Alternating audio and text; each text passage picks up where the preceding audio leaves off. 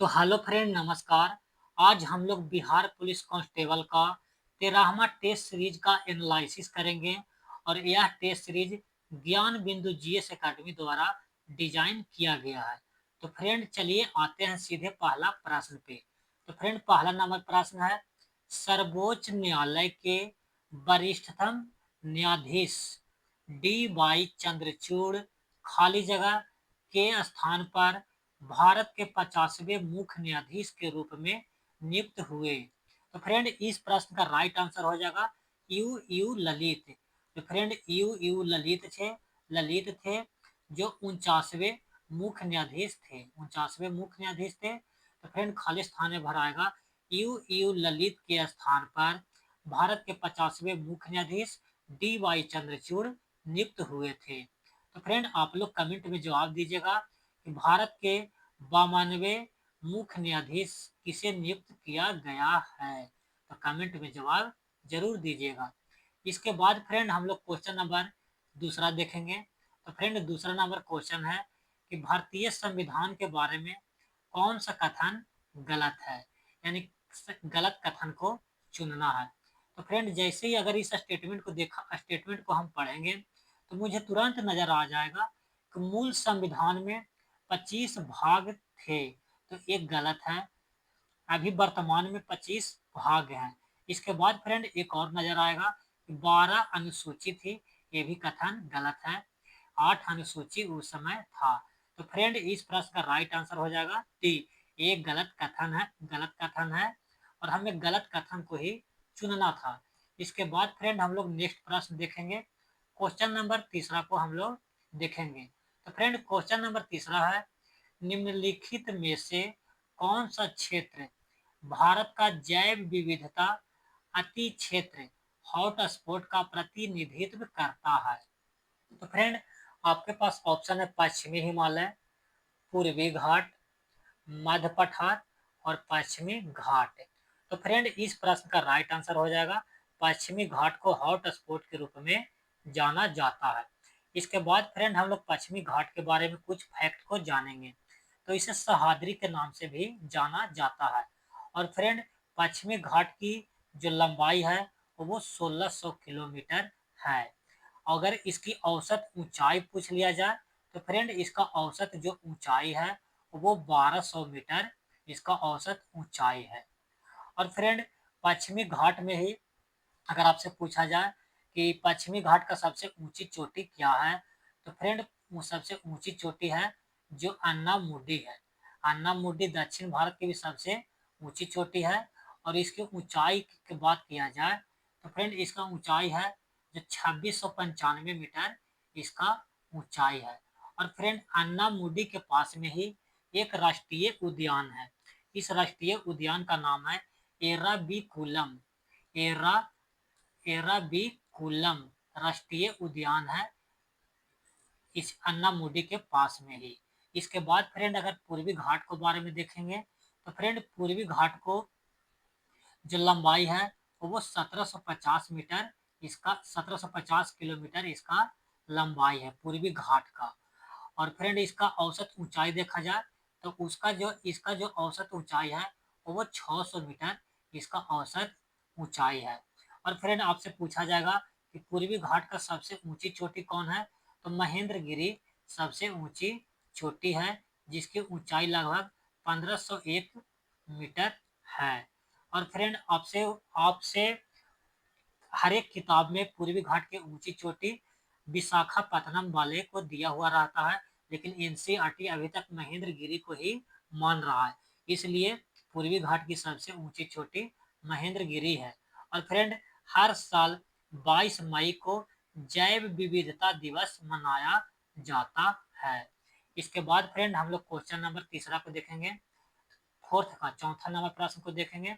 तो फ्रेंड चौथा नंबर प्रश्न है, निम्नलिखित में से किसे बहुआयामी गरीबी सूचकांक के लिए नोडल एजेंसी के रूप में पहचाना गया था। तो फ्रेंड भारत में जो गरीबी सूचकांक जो जारी करता है वो नीति आयोग द्वारा जारी किया जाता है। और फ्रेंड नीति आयोग के अनुसार सबसे गरीबी राज्य के रूप में अगर देखा जाए तो बिहार है सबसे गरीबी राज्य। बिहार है। उसके बाद फ्रेंड मेघालय, सबसे गरीब में बिहार के बाद कौन जारी किया गया, किसका, तो मेघालय का। और मेघालय के बाद जारी किया गया है झारखंड का, और झारखंड के बाद है यूपी का, जो 2023 के डेटा के अनुसार है। इसके बाद फ्रेंड अगर हम लोग देखेंगे सेबी का, तो सेबी का स्थापना हुआ था 1988 में, और इसका मुख्यालय कहाँ में है, तो मुंबई में। इसका मुख्यालय मुंबई में है। फ्रेंड इसका चेयरमैन अगर वर्तमान में कौन है, तो कांता पांडे तुहिन कांता पांडे इसके वर्तमान में चेयरमैन है। इसके बाद फ्रेंड रिजर्व बैंक में कुछ बतलाने की जरूरत नहीं है। रिजर्व बैंक को बारे में हर एक लोग जानते हैं कि इसकी स्थापना कब हुआ, किस अधिनियम के तहत इसका स्थापना हुआ, और इसका हेडक्वार्टर कहाँ है, इसमें कितने डिप्टी गवर्नर होते हैं, तो ये सब आप लोग जानते हैं। इसके बाद फ्रेंड हम लोग क्वेश्चन नंबर 5 को देखेंगे। तो फ्रेंड क्वेश्चन नंबर 5 है, भारत के नियंत्रक एवं महालेखा परीक्षक को उसके पद से हटाने की प्रक्रिया निम्नलिखित में से किसके समान है। तो फ्रेंड सी इसको बोला जाता है, नियंत्रक एवं महालेखा को बोला जाता है सीएजी। तो फ्रेंड सीएजी के हटाने की प्रक्रिया उच्चतम न्यायालय के मुख्य न्यायाधीश के समान है। फ्रेंड सीएजी का नियुक्ति राष्ट्रपति करते हैं। सीएजी का नियुक्ति कौन करते हैं, राष्ट्रपति करते हैं। और इसका कार्यकाल जो होता है 6 वर्ष या 65 वर्ष, दोनों में से कोई एक पहले पूरा हो जाए, इसी का कार्यकाल होता है। और फ्रेंड सीएजी का जो वेतन मिलता है वो वेतन संचित निधि से मिलता है। तो फ्रेंड हम लोग जानेंगे कि संचित निधि किसे कहते हैं। तो भारत सरकार का जो सरकारी आय होता है, जो सरकारी पैसा होता है, जो जमा होता है, जिसमें उसी को बोला जाता है संचित निधि। तो संचित निधि से ही सीएजी का वेतन दिया जाता है। और फ्रेंड सीएजी का जो वेतन है वो हर एक माह 2,50,000 रुपया दिया जाता है। फ्रेंड अगर सीएजी के वेतन को बढ़ाना है या घटाना है तो सांसद इसका तय करता है। और फ्रेंड्स इसको हटाने के लिए, सीएजी को पद से हटाने के लिए सांसद के किसी भी सदन से पेश किया बात को यानी मुद्दा को उठा सकता है, किसी भी सदन में, लोकसभा से भी उठ सकता है या तो राज्यसभा से भी उठ सकता है। लेकिन फ्रेंड अब हम लोग ये जानेंगे सीएजी का पद किस देश के संविधान से लिया गया है। तो फ्रेंड सीएजी का पद जो है वो इंग्लैंड के संविधान से लिया गया है। इसके बाद फ्रेंड आप लोगों को बतलाना है कि प्रथम सीएजी कौन बने थे। तो फ्रेंड आप लोग बतलाइएगा प्रथम सीएजी कौन बने थे। फ्रेंड प्रथम जो सीएजी बने थे उनका नाम था वीर नरहरि राव। प्रथम सीएजी जो बने थे उनका नाम था वीर नरहरि नरहरि राव, प्रथम सीएजी बने थे। वो 1948 में ही बने थे और इनका कार्यकाल चला था 1954 तक। तो प्रथम सीएजी वीर नरहरि राव थे। तो फ्रेंड आप लोग ये बतलाना है कि वर्तमान में सीएजी कौन है। वर्तमान में सीएजी कौन है तो आप लोग कमेंट में जवाब जरूर दीजिएगा। तो फ्रेंड वर्तमान में सीएजी की अगर बात कर दिया जाए तो मैं ही बतला देता हूँ, संजय मूर्ति। संजय मूर्ति वर्तमान में सीएजी हैं। इसके बाद फ्रेंड हम लोग देखेंगे नेक्स्ट प्रश्न को। तो फ्रेंड नेक्स्ट प्रश्न है कि प्रथम विश्व युद्ध के दौरान कौन सा देश 1915 में ब्रिटेन के खिलाफ ध्रुवी बलों में शामिल हुआ था। तो फ्रेंड बुल्गारिया है जो शामिल हो चुका था। और बुल्गारिया की जो राजधानी है वो कहाँ है, सोफिया बुल्गारिया की राजधानी है। अगर फ्रेंड बुल्गारिया की बात किया जाए तो ये अंगूर और टमाटर का क्या करता है, बहुत अधिक मात्रा में निर्यात करता है। अंगूर और टमाटर अधिक मात्रा में निर्यात करता है। इसके बाद फ्रेंड हम लोग क्वेश्चन नंबर नेक्स्ट को देखेंगे। तो फ्रेंड क्वेश्चन नंबर नेक्स्ट है, क्वेश्चन नंबर नेक्स्ट हम लोग क्वेश्चन नंबर को देखेंगे। तो friend question number 9, question number 8। तो फ्रेंड क्वेश्चन नंबर 8 को देखेंगे। क्वेश्चन नंबर 8, कनिष्क के शासनकाल, कनिष्क के शासनकाल के दौरान इनमें से किस स्थान को चौथे बौद्ध परिषद के स्थानों के रूप में चुना गया था। यानी चौथा बौद्ध संगीत सम्मेलन कहाँ हुआ था, तो कश्मीर में चौथा बौद्ध संगीत सम्मेलन हुआ था। इसके बाद फ्रेंड हम लोग क्वेश्चन नंबर 9 को देखेंगे। तो फ्रेंड क्वेश्चन नंबर 9 है,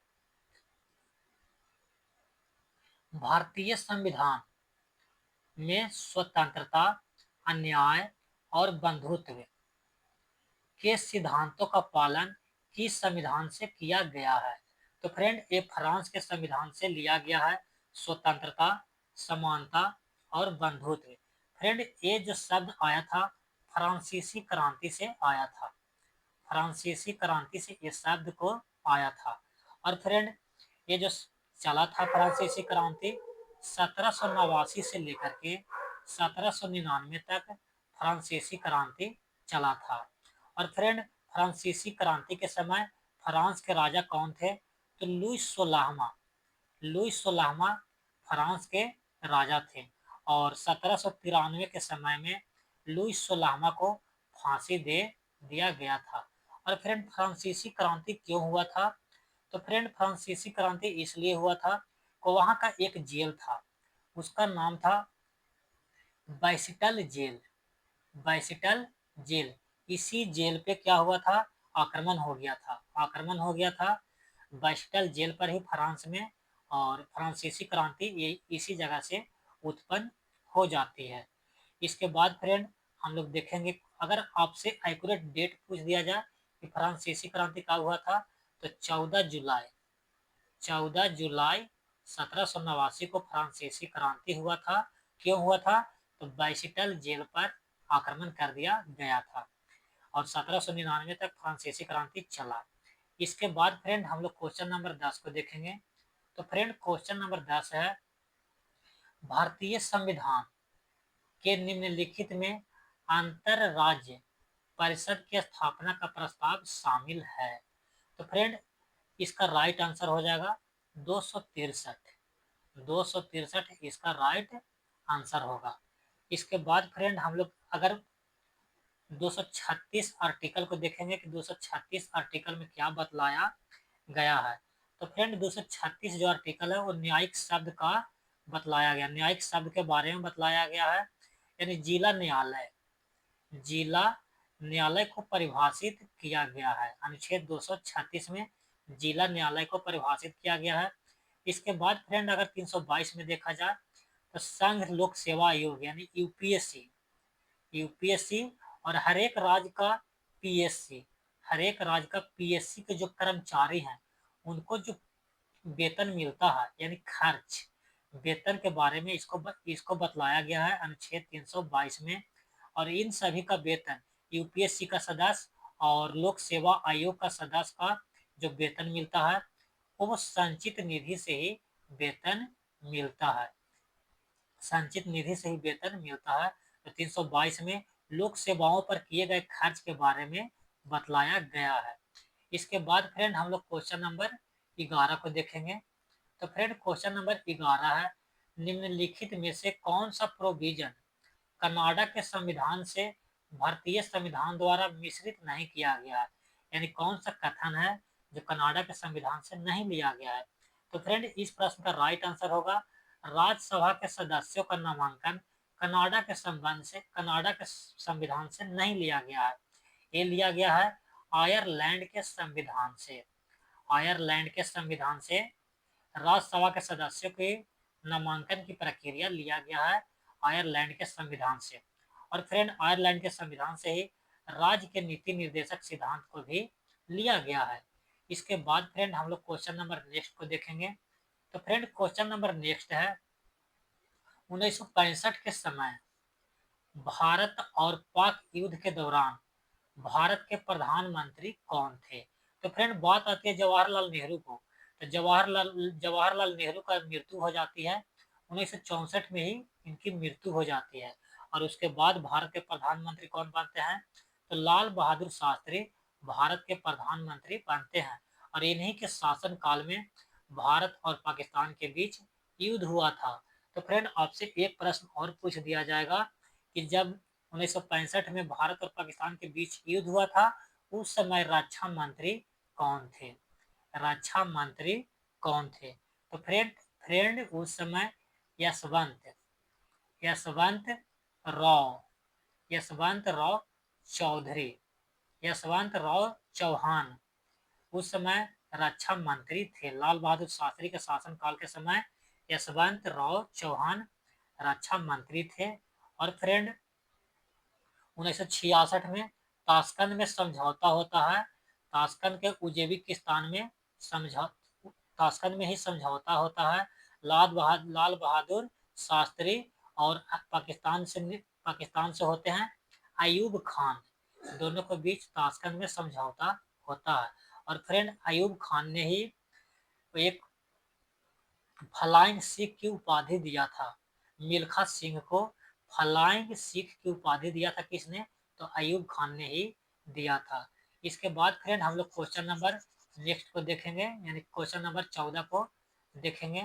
तो फ्रेंड क्वेश्चन नंबर 14 है, सप्तवर्षीय युद्ध या शताब्दी युद्ध किन दो देशों के बीच लड़ा गया था? तो फ्रेंड सप्तवर्षीय युद्ध की अगर बात किया जाए तो 1756 से लेकर के 1756 से लेकर के 1763 तक ये युद्ध चला था। इसी को बोला जाता है 7 साल तक यह युद्ध चला था। और यह जो युद्ध चला था इंग्लैंड और फ्रांस के बीच यह युद्ध चला था। और जो यह युद्ध था एक ऐसा युद्ध था व्यापार को लेकर के यह युद्ध चला था। और फ्रेंड इस युद्ध का परिणाम क्या निकला? तो इस युद्ध का परिणाम ये निकला कि फ्रांस का उपनिवेश पतन हो गया। फ्रांस का उपनिवेश पतन हो गया और इंग्लैंड का साम्राज्य क्या हो गया? विस्तार हो गया। और फ्रेंड इसी सप्तवर्षीय युद्ध के बाद 1763 ईस्वी में पेरिस की संधि होती है। पेरिस की संधि होती है और इस संधि में यह समझौता किया जाता है कि जो फ्रांस था अमेरिका में जो व्यापार कर रहा था उसका छोड़ दिया था, व्यापार करना छोड़ दिया था। और इसी के चलते इंग्लैंड अमेरिका में अपना वर्चस्व बढ़ा चुका था।